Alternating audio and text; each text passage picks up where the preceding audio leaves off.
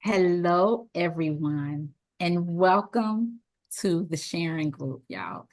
Today's lesson of A Course in Miracles is lesson 90, and we are still in a review period. The first idea for today says, let me recognize the problem so it can be solved. Let me recognize the problem so it can be solved. And the second idea is, let me recognize my problems have been solved. Let me recognize my problems have been solved. And our beautiful guest today, y'all, will share how she has stepped into her personal power and freed herself from any societal conditioning that is not resonant with her own internal guidance.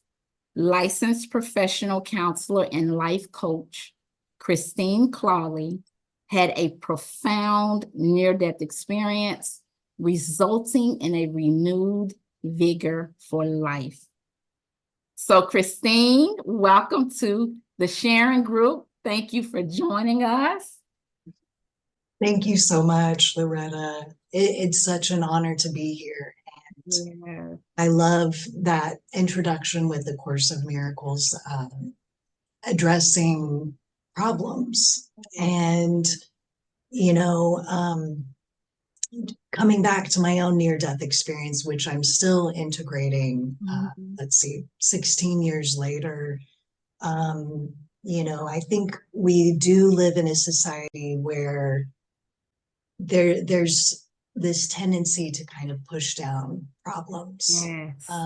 Especially, like emotional problems. And going back to my experience, I was a typical, I guess, kind of type A personality, very focused on trying to achieve, this idea of success, society success.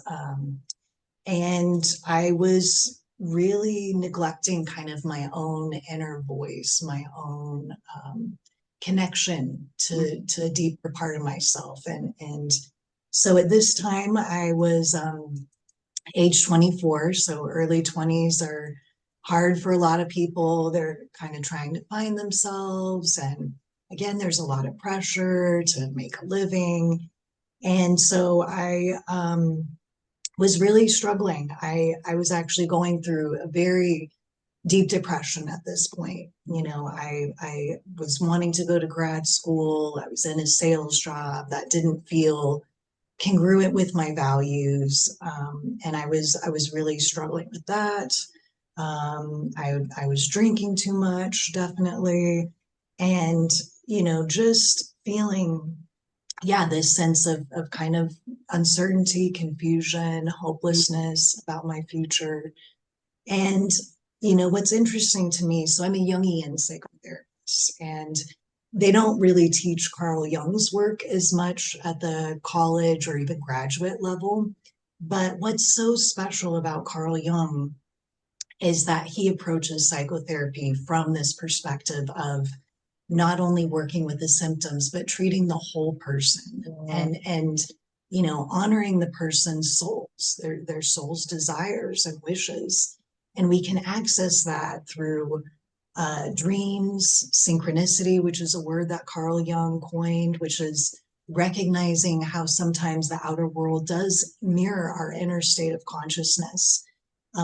Visions, daydreams, fantasies. He encouraged these modalities as ways to connect with our deeper self. And from my perspective, we've lost that a little bit. And so during this time in my life, I began to have these very vivid, nightmares. I could even maybe call them night terrors. And now in hindsight, I can see, that I was not listening to my inner knowing, inner feelings. I was suppressing them. And so in these dreams, the message was getting louder and louder. And so leading up to this major life-changing illness that I had several dreams where this very angry, darker, indigenous looking woman was strangling me. She was angry. She was strangling me. It felt so real. And I would wake up from these dreams. I could almost feel this constriction around my throat. And, this dream was symbolic in many ways. I was suppressing, my anger, frustration at the situation. Now that I've done a lot of psychotherapy myself and help, work with others, oftentimes depression is anger that is repressed or turned inward onto the self.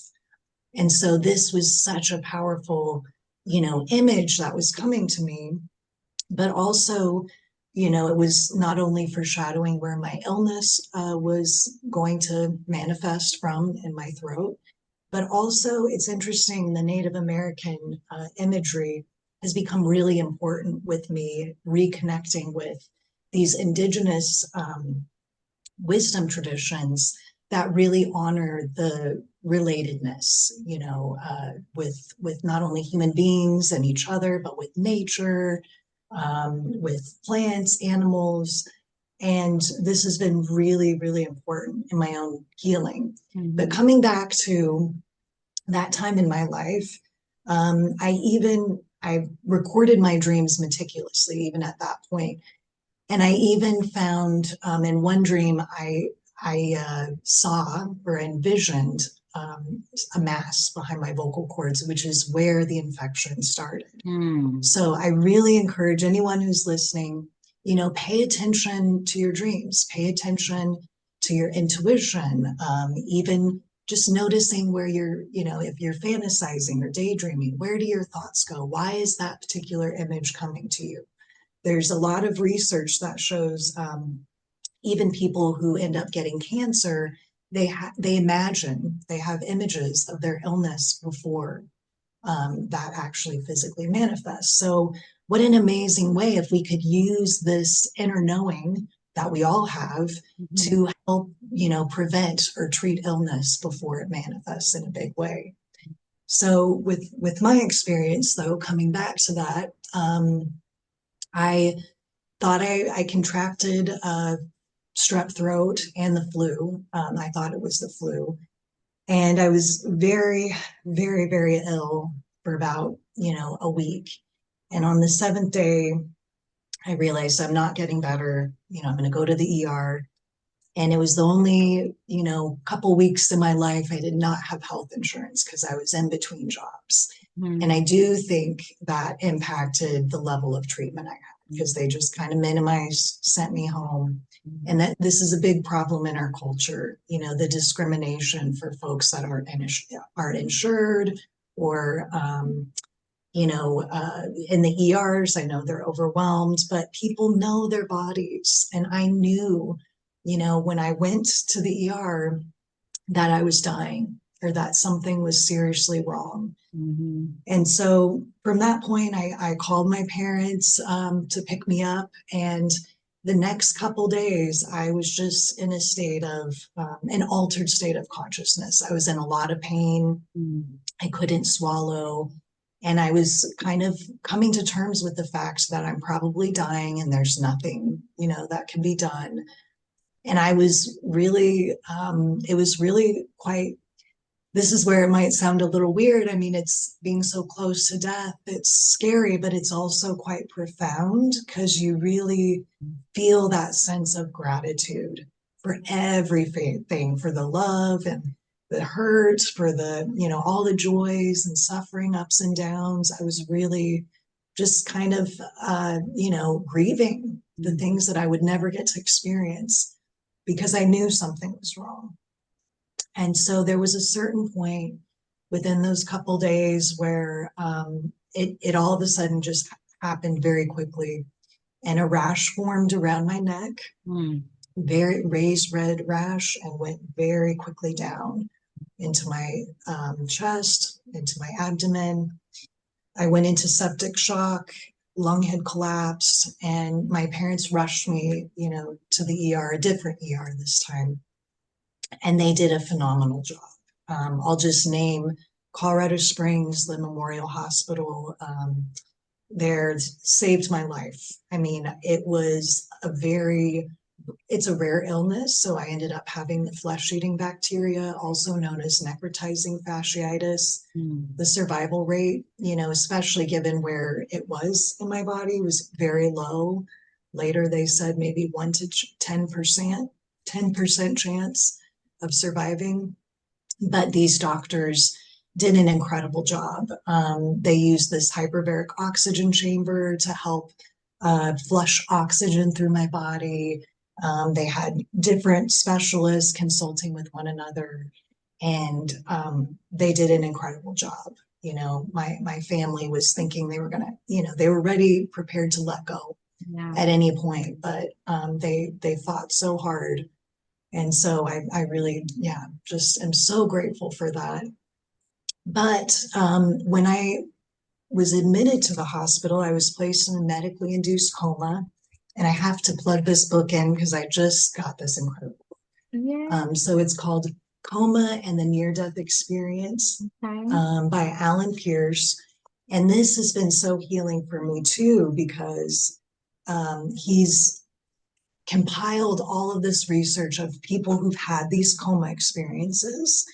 And my experience is not unique. When people are in a coma, it's a little bit different from the regular REM or sleep state. But it feels very, very real. And so the first set of dreams I had was very disturbing. They were doing a lot of operating on me.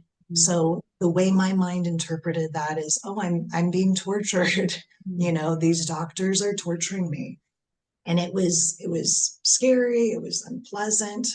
But there was a moment, and I do remember this, and sometimes I go back to this place where within all of that, pain and suffering, there was a moment of just total surrender where all the pain went away. I was enveloped by just love, and there was this recognition that there is no death, that the body is this vessel and that we are these immortal beings. And so once I surrendered, at a certain point that deeply, that was powerful, and it shifted. I left that realm of experiencing all that, kind of pain and torture. And then I went to another realm, which felt like an eternity for me, where I was floating in this underground cave, is kind of the only way I can describe it, in this river. And there's all these, Chinese red lanterns around me. That's the only way I can describe it. And I can even hear the music as I, imagine going back to that state. And it's this resting place, nothing bad is happening, but I'm in kind of this realm where I'm waiting for the next journey or the next thing. And so that was fairly peaceful, but again, I kind of knew I'm not in regular, ordinary reality right now. I was very aware in this state. And then the next dream, I'm really open to different interpretations, but this didn't feel like a dream. And it's something that really profoundly, I think, changed me to the core, having this experience of living out an entire life. At that point, I was an Asian woman in my late 40s, maybe early 50s. And I had had a very difficult life where I was, basically a survivor of the sex trafficking and human trafficking institution. And it was a very, very, very difficult life. I had all her memories, I had all her emotions from, the experience that she had been through. But the hardest part was, I was on this ship in the middle of the ocean, kind of locked away from, regular people, society. And we were all victims. We were all trapped, all the women. We were not allowed to look at one another, talk to one another. And I hated myself, especially because I had to bring younger women into this business, and I had to train them. And I did not want to do this anymore. It was just devastating. And you could feel just the, hopelessness on the ship, and the incredible, suffering. And it went on like this for years and years. I was just trapped. And here's where I'm going to cry. This one day, things changed. And yeah, it's really hard for me to Take your time. Take your time. come back to this because it was so transformative. There was this moment where this beautiful Asian woman appeared in front of me, and there were no words, but we simply locked eyes. And there was this awareness, this immediate understanding and compassion, shared understanding and compassion for what we had been through. And it was like this spell was broken. Mm. And we began to, plan to escape and help other women escape. And it was even like the colors in this dream space or this realm began to change. And there was just this feeling of hope and optimism. And I do believe that this was a turning point for me in my healing and recovery. I later was told that there were moments where, my family, of course, visited me, and my sister said she did several times lock eyes with me when I would spontaneously come out of that coma. So I really do wonder about those experiences, no matter how small, that interaction with my family really helping me decide to return to this life, to this reality. And it was very, confusing for me when I awoke from my coma, because I thought that these experiences really had happened. Mm-hmm. I felt like a different person. I felt, much older. And it was so hard, to come to terms with this. I mean, a lot of people who have, now there's a lot more resources, but a lot of people who've been in comas or have near-death experiences fear speaking about these things. They fear being judged or called crazy. And I, also struggled with those same fears of how do I reconcile these really profound experiences with, coming back and trying to fit into, normal life and making a living and all that. So it was very disorienting. And I not only had the tremendous task of trying to heal physically, and emotionally, but also spiritually, coming to terms with, this experience. So when I awoke from my coma, that wasn't the end of my healing journey. It was still touch and go whether I would survive or not. But the difference was I had this incredible will to live, this incredible passion, and I was faced with such challenges, not knowing if I'd ever be able to breathe on my own again, because I was intubated, and it took me weeks to learn to breathe because my lungs were so weak. I had a heart attack when I was trying to learn to breathe. Wow. I couldn't eat on my own for months. I had a feeding tube.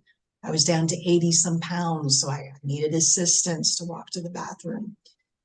And yes, these, setbacks were hard, but it became this incredible experience where it was actually really beautiful, being in this state. And, we live in a culture where there's so much, now I'm going to cry again too. Sorry, I'm a crier. Me too.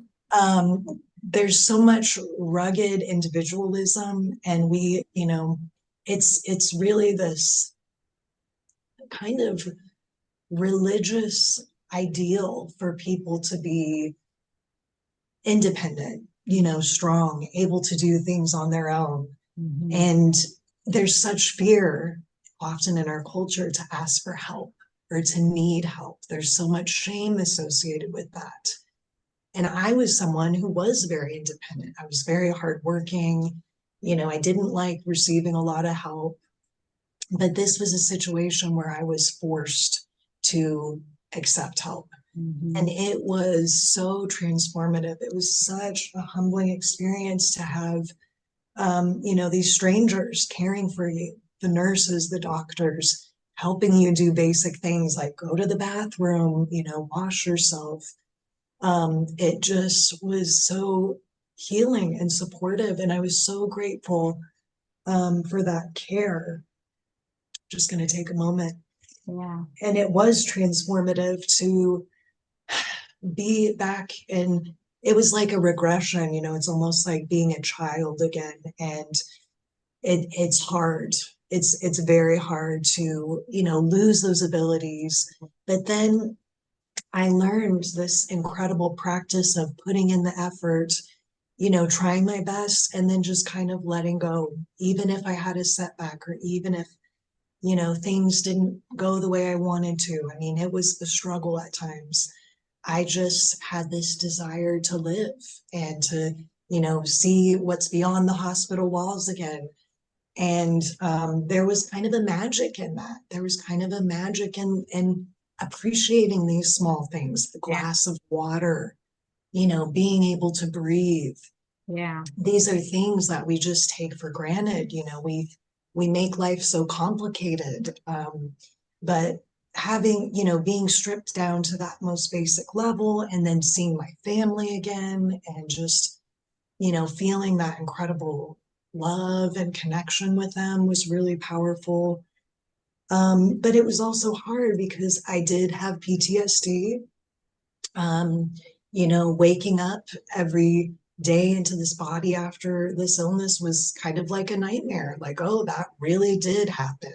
Yeah. No, that wasn't just a bad dream. Yeah. I ended up losing, my hair. A lot of people who go through cancer go through that experience, and learning again, it was so humbling having people look at me like I was ill, when I finally left the hospital, and knowing, having that increased empathy of knowing what it's like, to some small degree, to just have a difficult experience, and to feel that kind of judgment, or that kind of horror at, some looking at someone who's sick.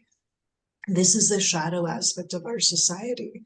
We don't really want to look in these things. We want idealized images of beauty and youth and success, but that's not the common human experience. That's only a small segment in time where we have that. And there were lessons, there were incredible lessons I learned from this, but it was hard. It was alienating for me to go through this. And I kind of, lost a lot of friends because I no longer was the same person. And this is where my spiritual search really came in. I just had this incredible drive, to read, especially Native American wisdom, indigenous wisdom.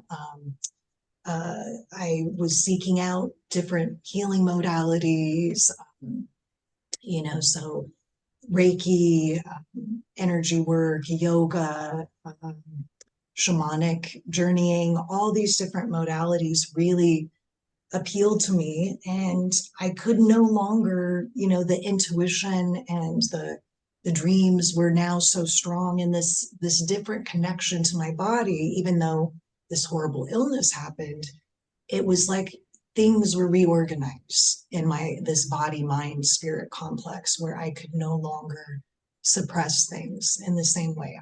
I had to listen to them.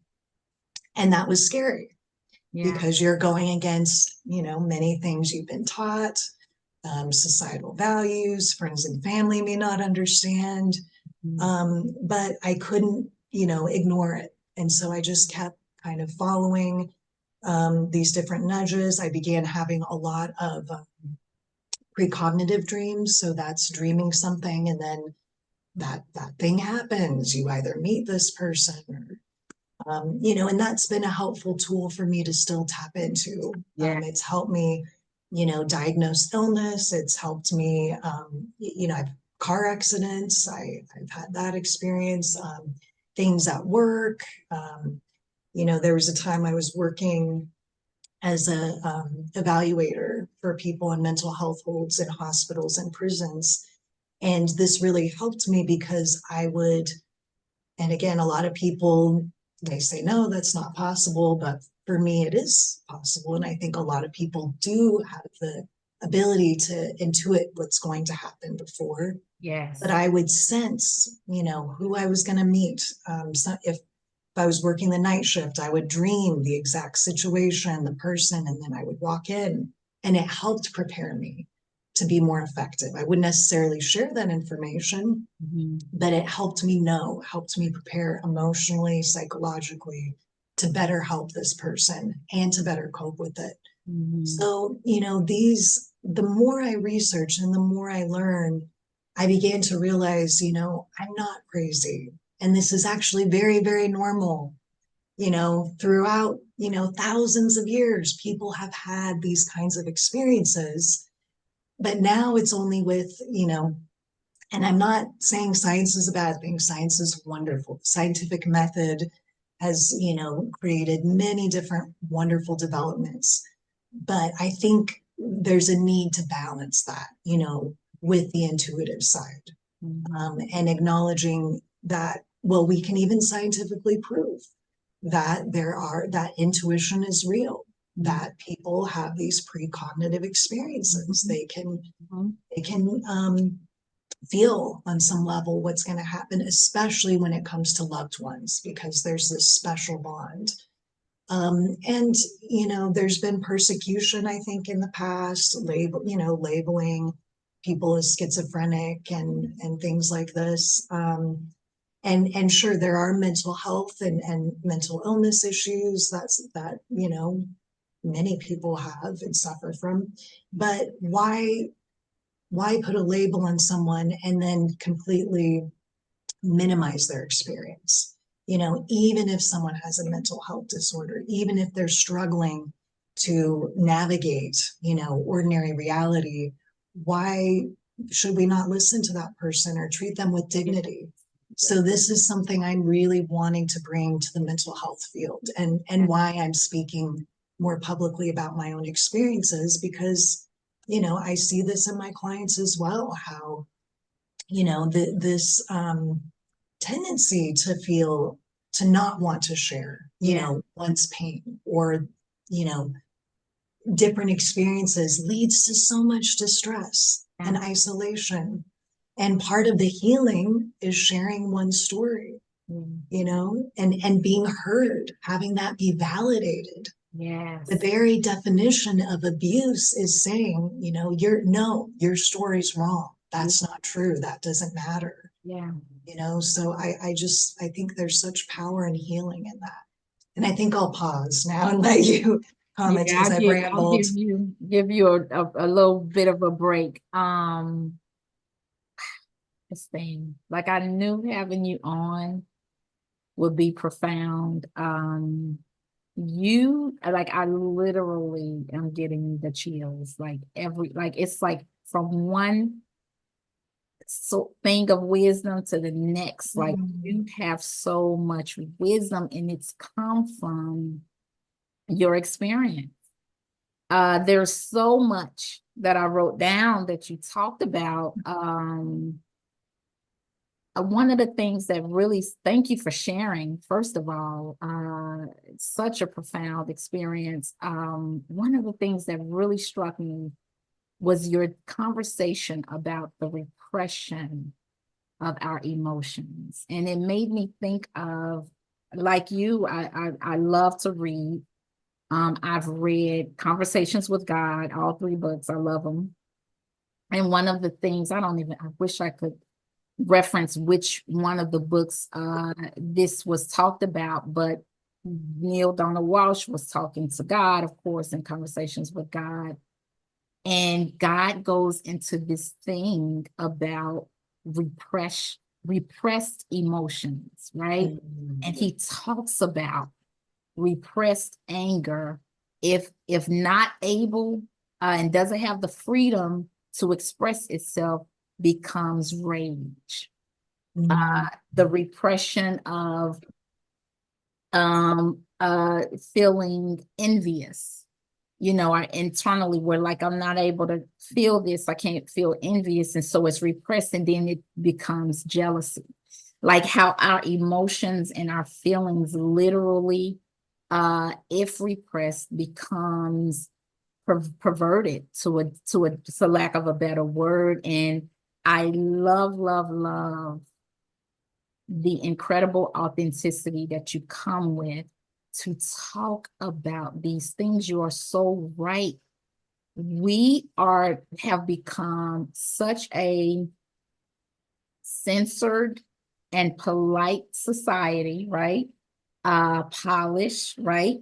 We only talk about comfortable topics. Don't go there kind of energy and environment. And exactly what you were saying. I'm like, I'm just nodding my head up and down because a part of my journey into waking up was suicidal ideation for myself.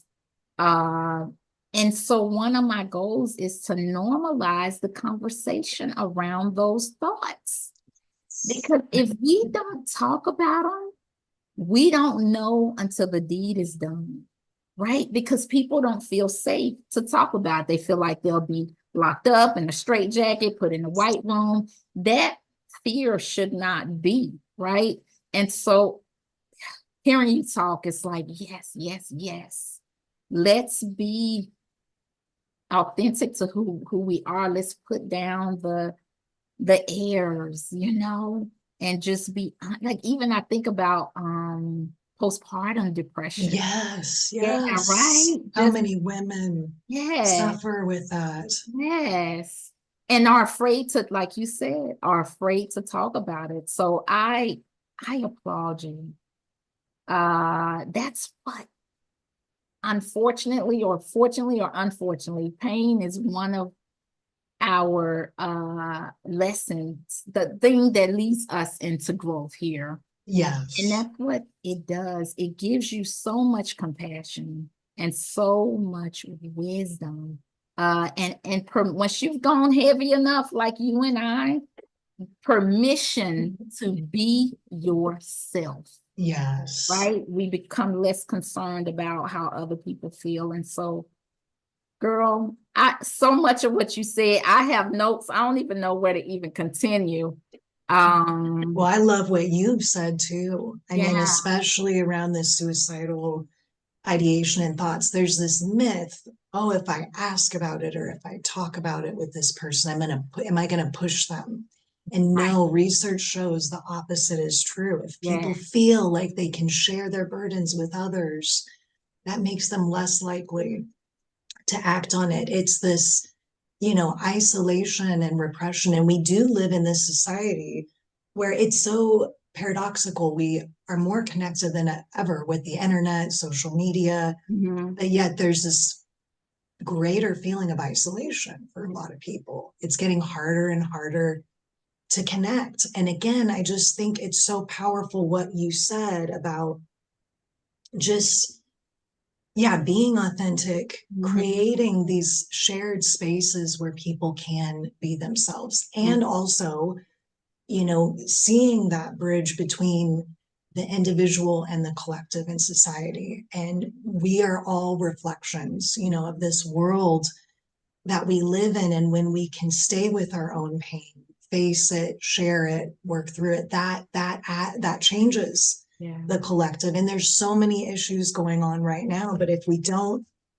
recognize, the history of these things that have happened, like, the indigenous genocide, slavery, yes, even in the mental health field, there's been incredible harms done to people, yes, testing, unethical experimentation. yes. There's a wonderful book called The Manufacture of Madness by Thomas Sayes, I believe, where he outlines, over, centuries, how the mental health field has really, I mean, there is a history of abuse Mhm. and of real physical and mental abuse and torture in that field.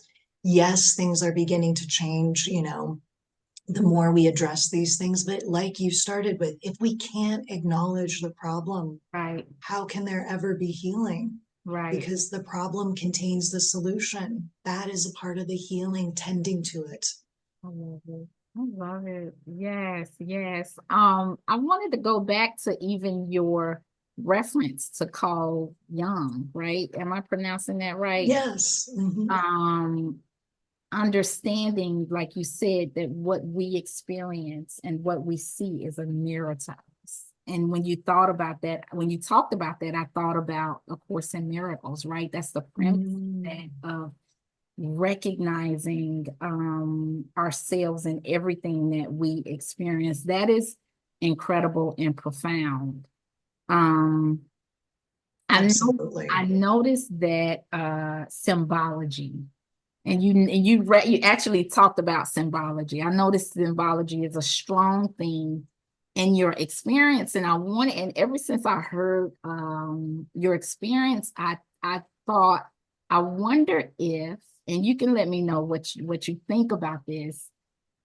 The indigenous woman choking you, if that was symbolic of the lifestyle of catching up and doing what society wants you to do, if that was symbolic of that lifestyle choking you, killing you to a certain degree.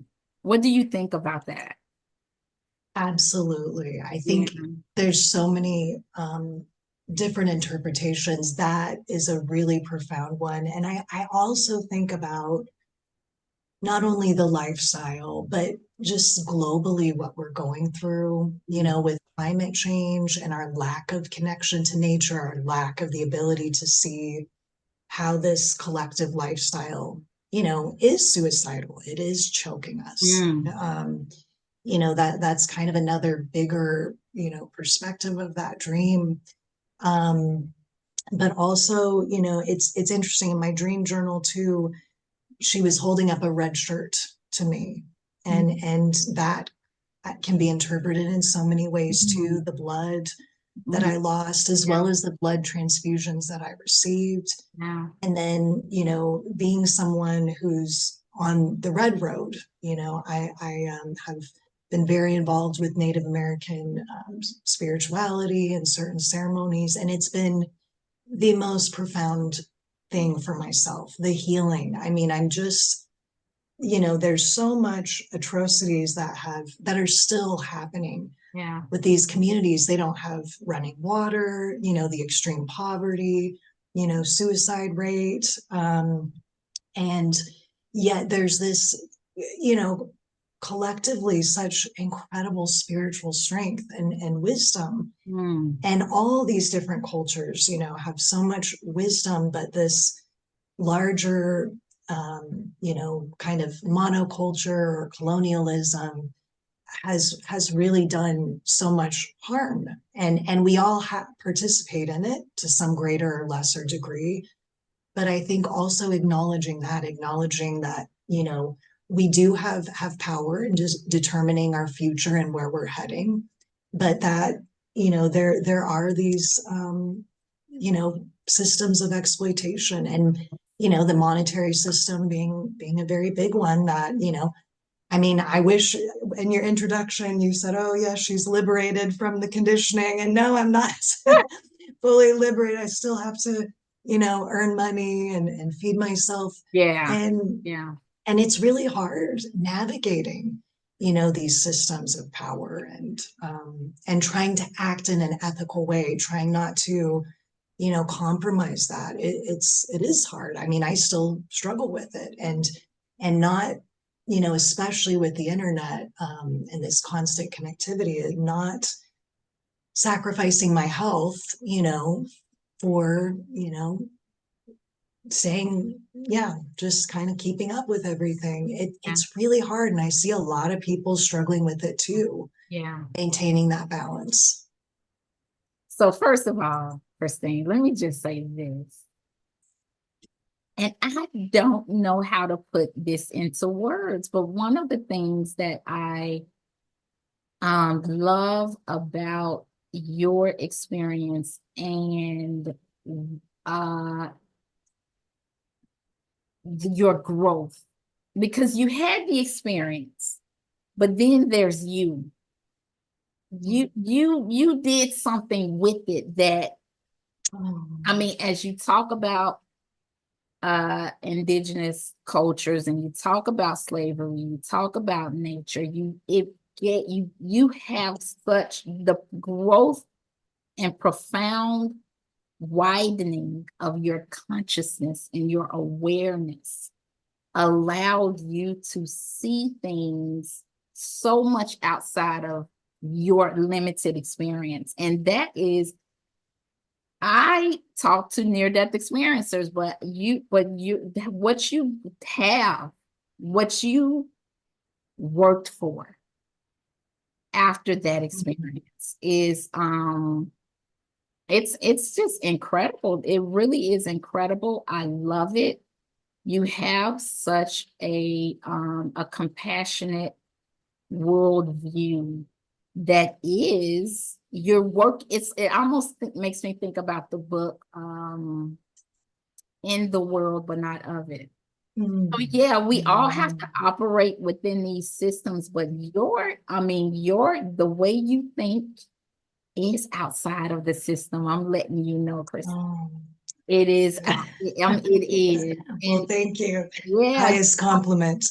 thank you. No, you talked about the monetary system, and I'm not gonna get in a soapbox, but I noticed that we can't go to the grocery store. There are certain lanes that will accept cash, right? It is not in our best interest to be in a cashless society. I do see the how we are kind of being corralled into an experience that is more and more disempowering. Absolutely. It is in our best interest to read the ingredients in our food. There are foods that Yes. are in the grocery stores here in the States that are banned. And Yes. isn't it incredible the amount, like the additives, and it gets worse so it can get better. And I feel like that is like, Yeah, I agree with you. yeah, a symbolic of your experience. It got so bad, but you are flying. It's like you gave yourself permission to be you. It's like, no, I'm not going to be in this box. So it's just, I love it. I love it. I love it. Um, so Thank okay, you. I wanted to ask you this. I wanted to ask, I'm so excited. I'm so excited about you being here. I'm sorry. Um, the human trafficking experience that you had, it was so, even you talking about it, you kind of re-experienced that profound freedom that you stepped into when you connected with your sister, and I love that she was able to validate that there were moments when you opened your eyes and she looked back at you and it gave you that energy. It's because it was such a visceral experience for you. And I feel like it's so significant to you then having the strength to say, and on some level, I'm gonna live, right? I was wondering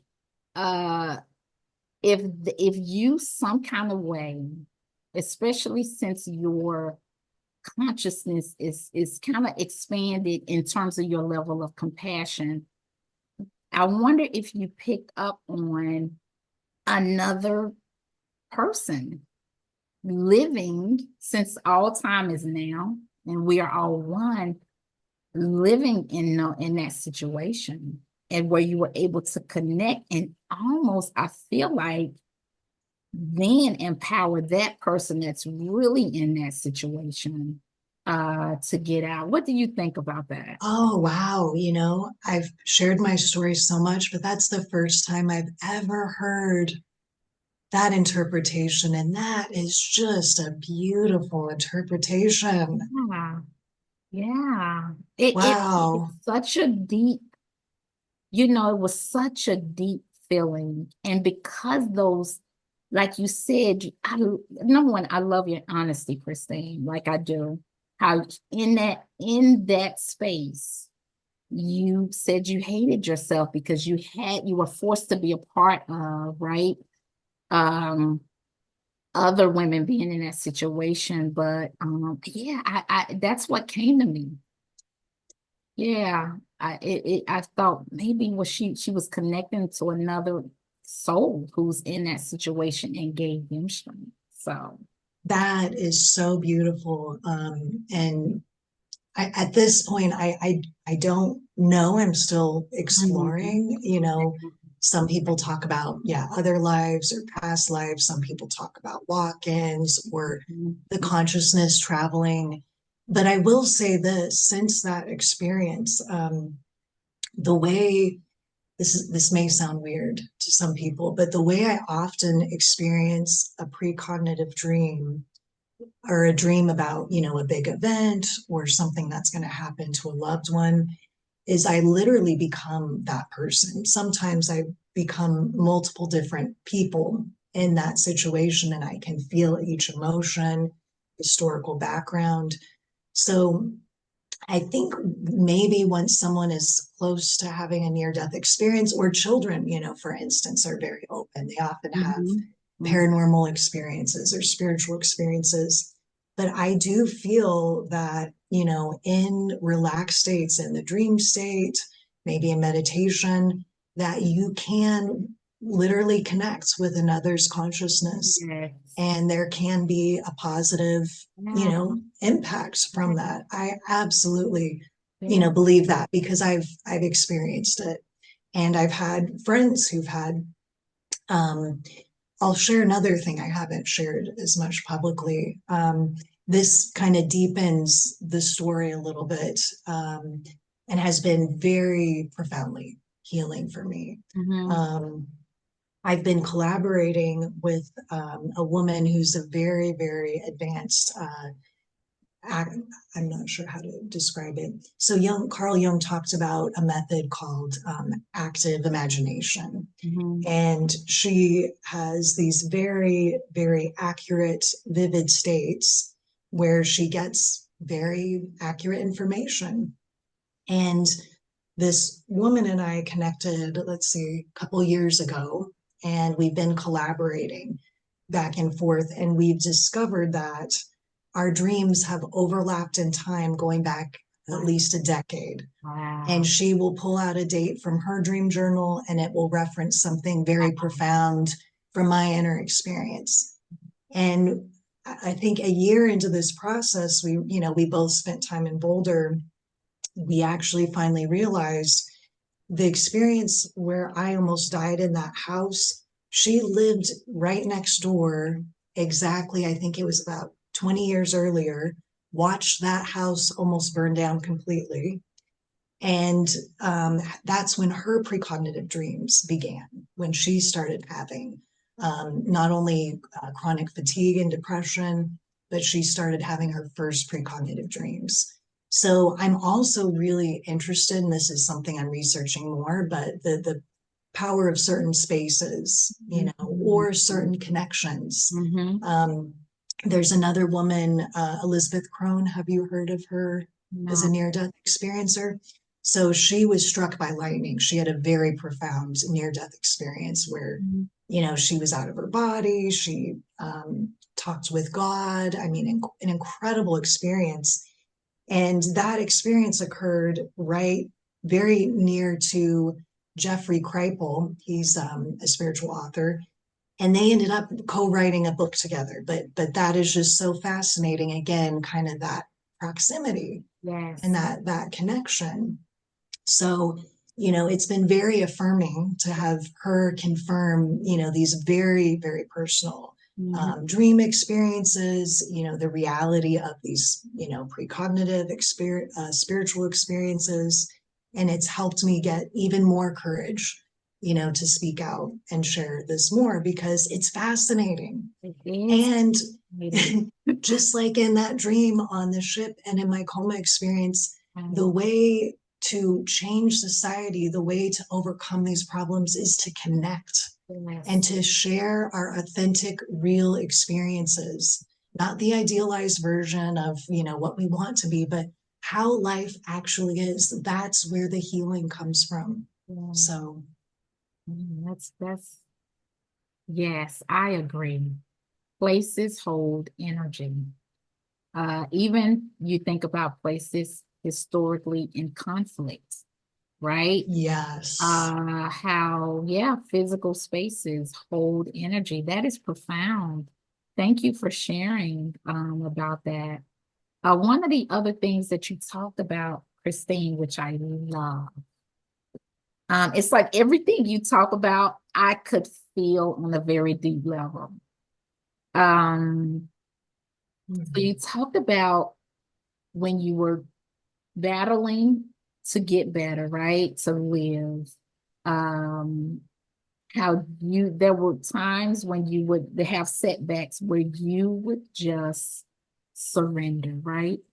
Just like, you know what, this is, I'm not gonna judge it, just allowing it to be. And I feel like you doing that allowed you to have more strength, right? To use your energy constructively to survive. What do you think about that? Surrendering. Uh Yes. yeah. I think it's, hold on one second. I'm going to try to think of how to say this carefully.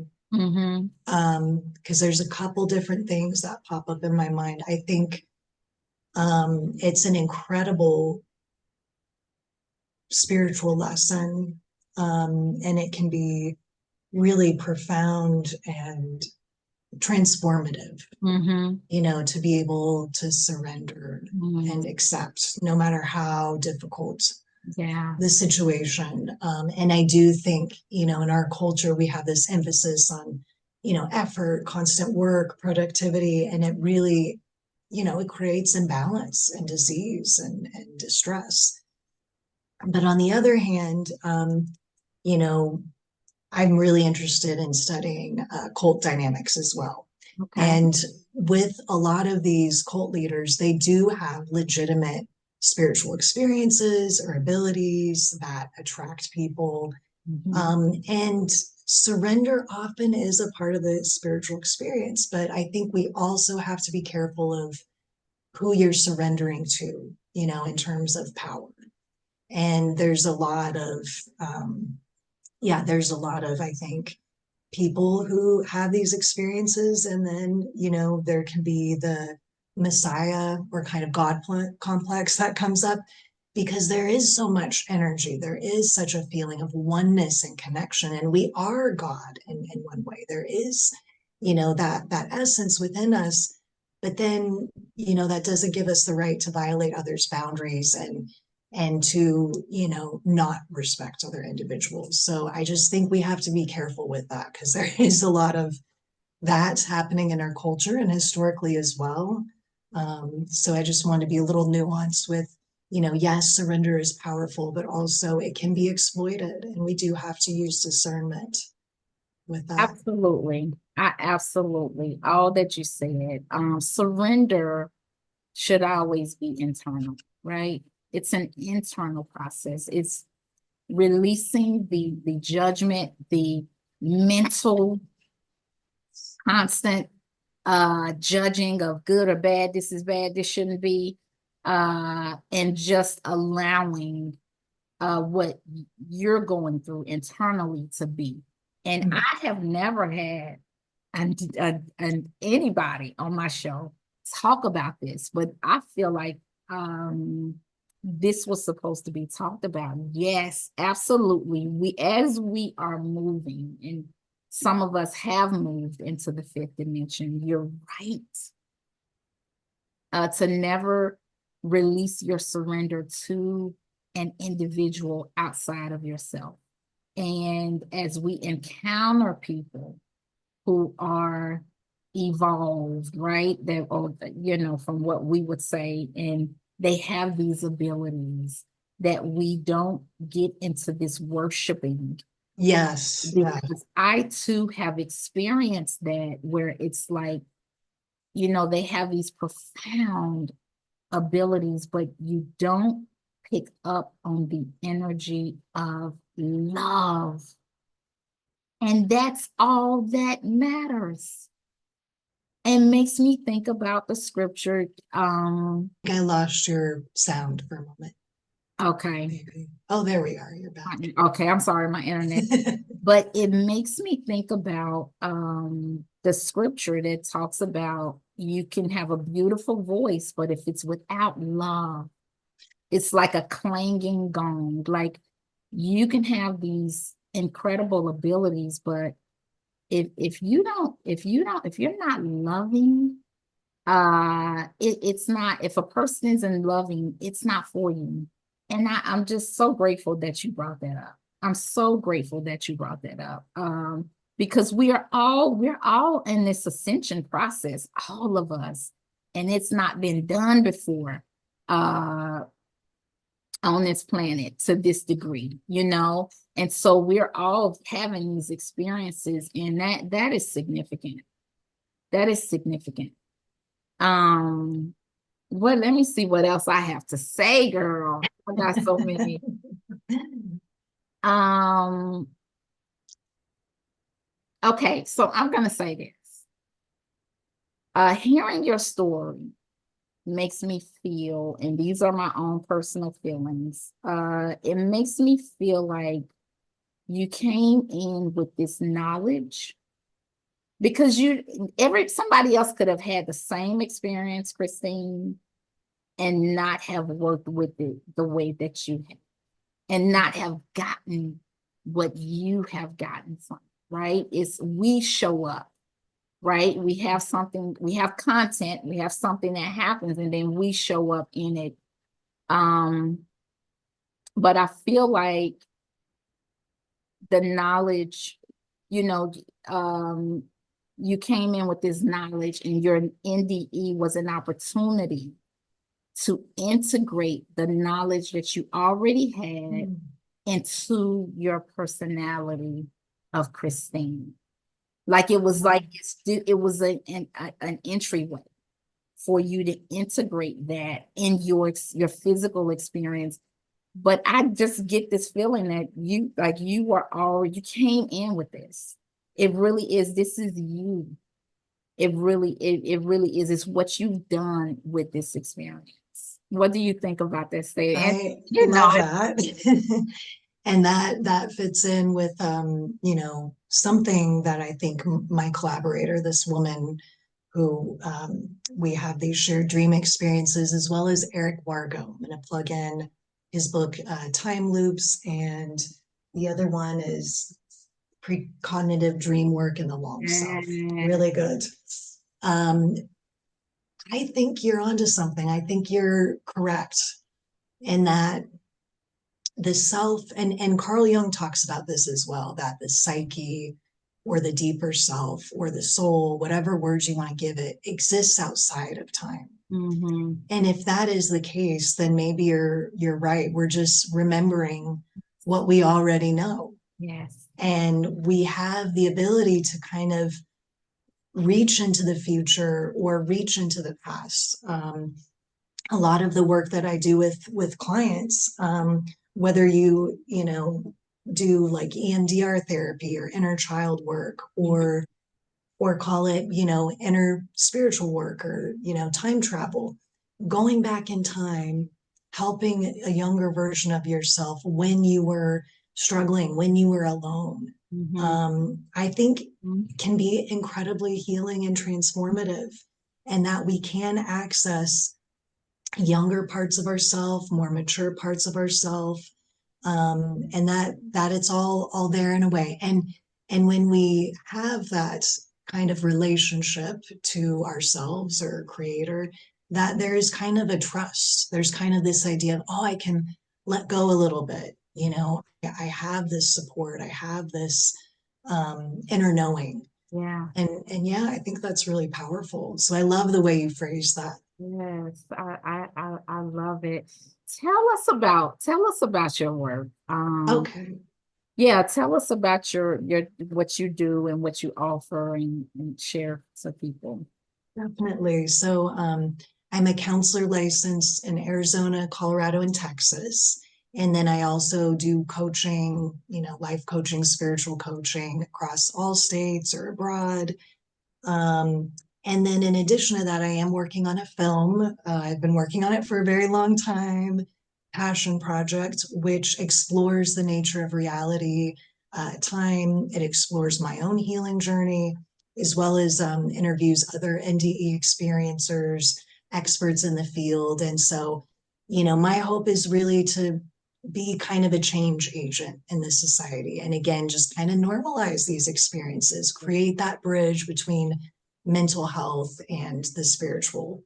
Because a lot of people, we know the word trauma, we understand there's traumatic experiences, but there can be gifts within the trauma that lead to, greater spiritual growth and empathy. That's beautiful. That's beautiful. Let's I've heard that dreams are almost like an entryway to psychic abilities. What do you think about that?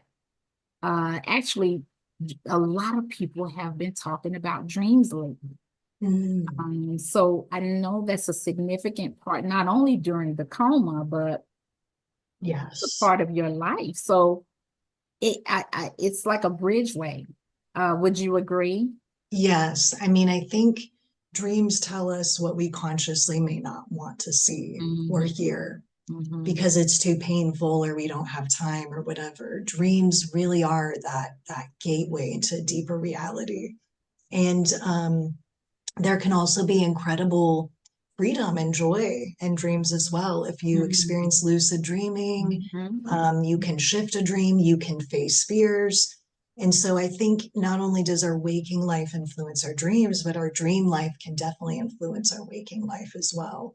And a lot of indigenous cultures didn't have this rigid boundary between, waking life and dreams or fantasy. It was interrelated, and they took the wisdom from those experiences.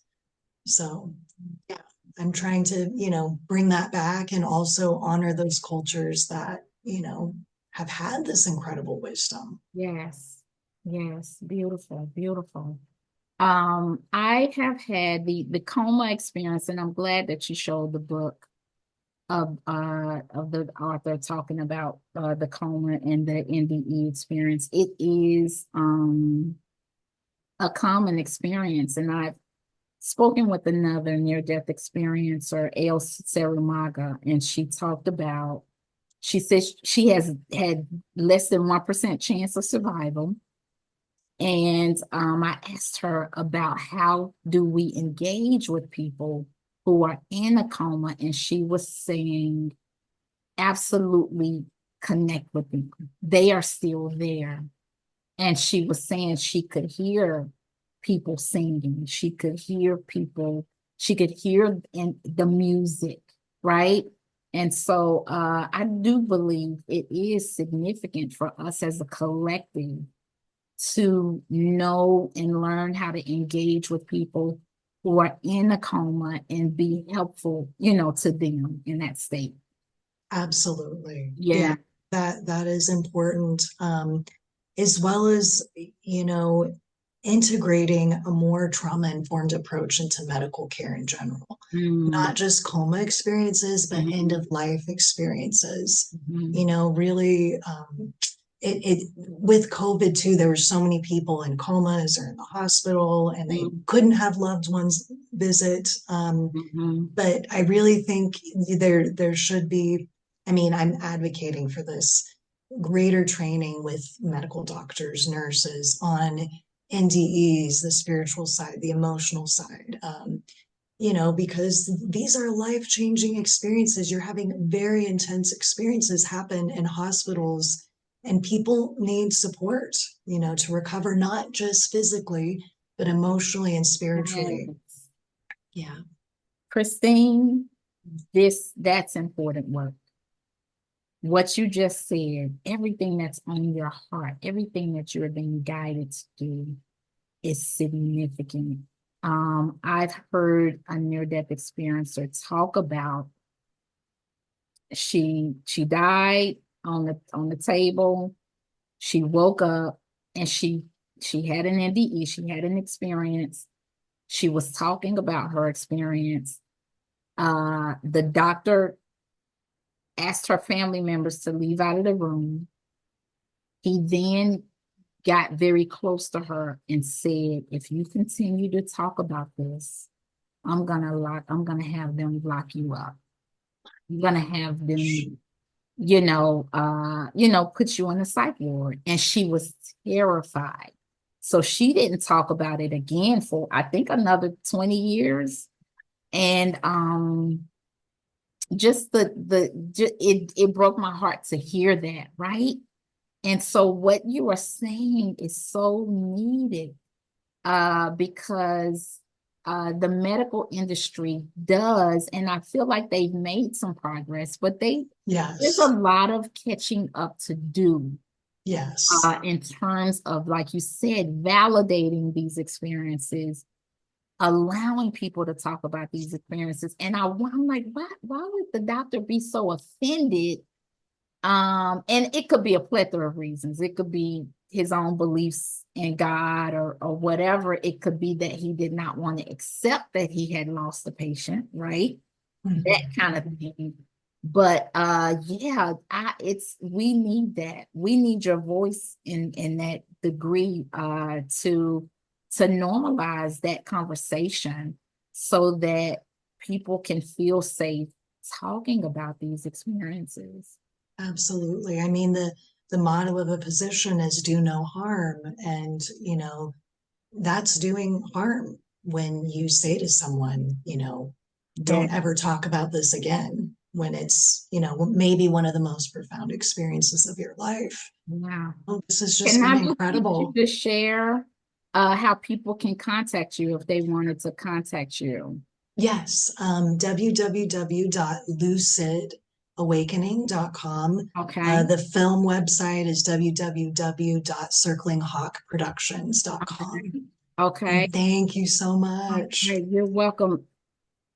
Christine, from the inception of birth, the conditioning process for us all begins. Even as babies and toddlers, we are taught very early to communicate based upon the language of the collective, as opposed to relying on their own internal process of linguistic mapping. Though the introduction of language is necessary, it can be argued that it is integrated way too soon, potentially usurping the child's organic interaction with the world. And this conditioning process continues throughout our entire lives until many of us become stressed out young adults, driven to achieve the highest scores to meet an unrealistic standard that society has marked for us to reach. And in this process, we completely lose sight of who we are.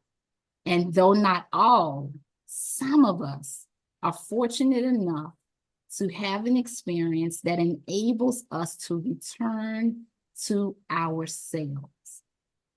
And it is this journey, Christine, this passage from amnesia to remembrance, that marks you as a true alchemist.